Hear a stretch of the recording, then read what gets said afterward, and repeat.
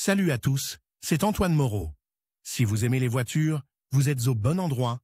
Continuez à regarder cette vidéo, on passe tout de suite au sujet du jour. Le frein de stationnement, ou plus communément appelé frein à main, bien qu'il soit conçu pour immobiliser la voiture pendant le stationnement, n'est pas toujours utilisé par tous les conducteurs. Si la voiture est équipée d'une transmission automatique, le frein à main n'est généralement pas nécessaire, mais les propriétaires de voitures équipées d'une mécanique préfèrent généralement laisser la voiture à la première vitesse lorsqu'ils se garent. Cela est dû à l'une des raisons les plus importantes, les conditions hivernales difficiles et la mauvaise qualité des routes peuvent empêcher le frein à main de fonctionner en cas de besoin. Cela peut être dû à des plaquettes glacées ou encrassées. Mais une chose après l'autre. Comment le système de frein à main est-il organisé? Le fait de serrer le frein à main active les freins arrière et garantit que le véhicule ne roule pas, même sur une pente relativement raide. Toutefois, si le frein à main ne retient pas le véhicule, il y a un problème qui doit être corrigé pour assurer la sécurité du conducteur et des autres. Les systèmes de frein de stationnement varient considérablement d'un constructeur automobile à l'autre et même d'une marque et d'un modèle de voiture à l'autre. En général, ils se distinguent par le type de frein et la méthode d'utilisation. Il faut tout de suite se rendre à l'évidence, dans la grande majorité des cas, les freins de stationnement des voitures particulières utilisent les roues arrière et se répartissent en deux types,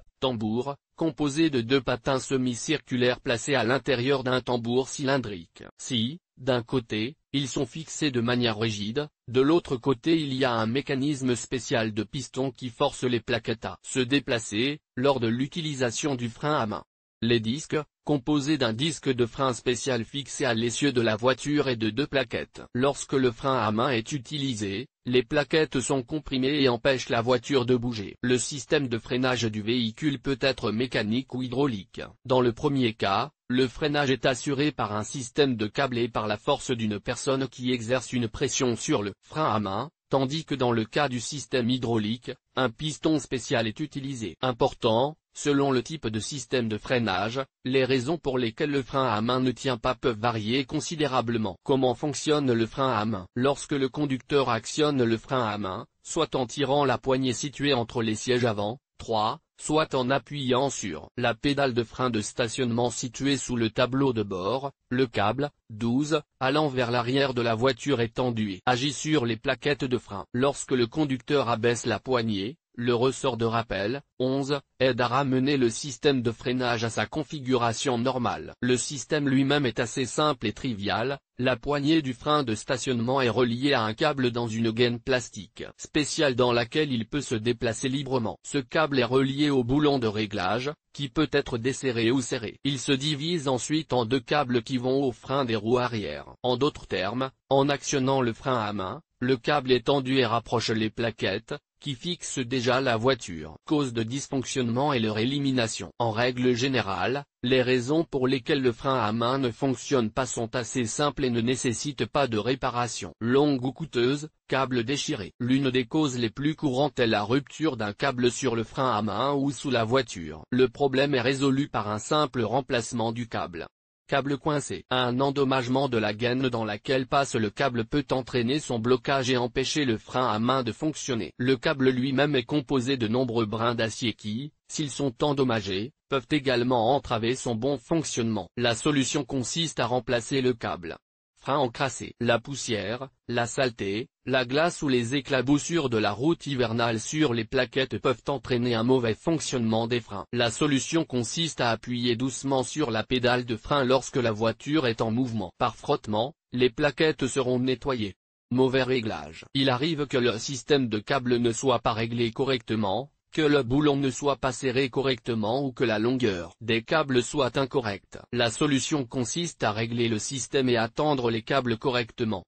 Usure des patins. Les plaquettes sont soumises à l'abrasion pendant leur fonctionnement. Chaque fois que vous actionnez les freins, les plaquettes s'usent peu à peu. La solution consiste à remplacer les plaquettes.